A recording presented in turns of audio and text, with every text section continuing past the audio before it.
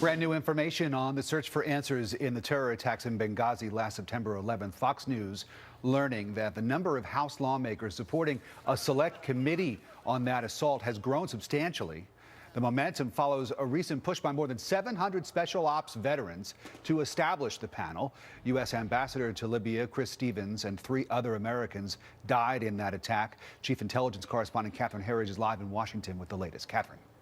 Well, thank you, Rick. The letter from Citizens United, the same group behind campaign finance reform, is part of a growing body of evidence that the momentum is building behind a special congressional committee to investigate the Benghazi terrorist attack. The letter gathers 23 major conservative groups and other sponsors, and it reads in part, quote, "One of the legislative branch's most important functions is to conduct oversight of the executive branch as a part of our system of checks and balances. With regard to the Benghazi tragedy, oversight has been sporadic, unaggressive, and incomplete."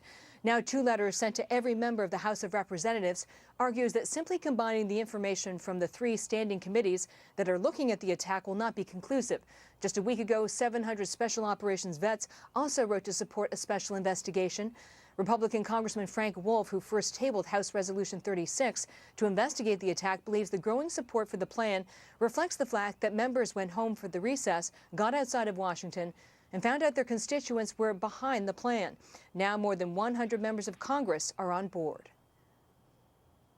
It is almost at a tipping point. When you have the Hastert rule, which is when a majority of your caucus supports something, you have to do it. Well, guess what? John Boehner's really close to being, we're about a dozen members away from being at a majority of the caucus. So we're really excited.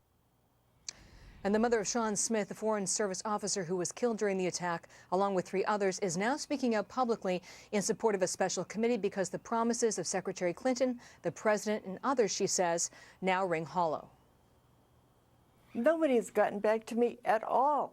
Not one word, other than one clerk called me and started reading me from the timeline, which I already had, and that was it. A senior House Republican aide told Fox recently that they felt that the work of the 3 committees would be sufficient and that it would hold the White House and the administration responsible. But that was before we went over the 100 mark in terms of support in the House. And we'll reach out later today to see if their position is the same, Rick. Catherine Herridge live in Washington. Thank you, Catherine. You're welcome.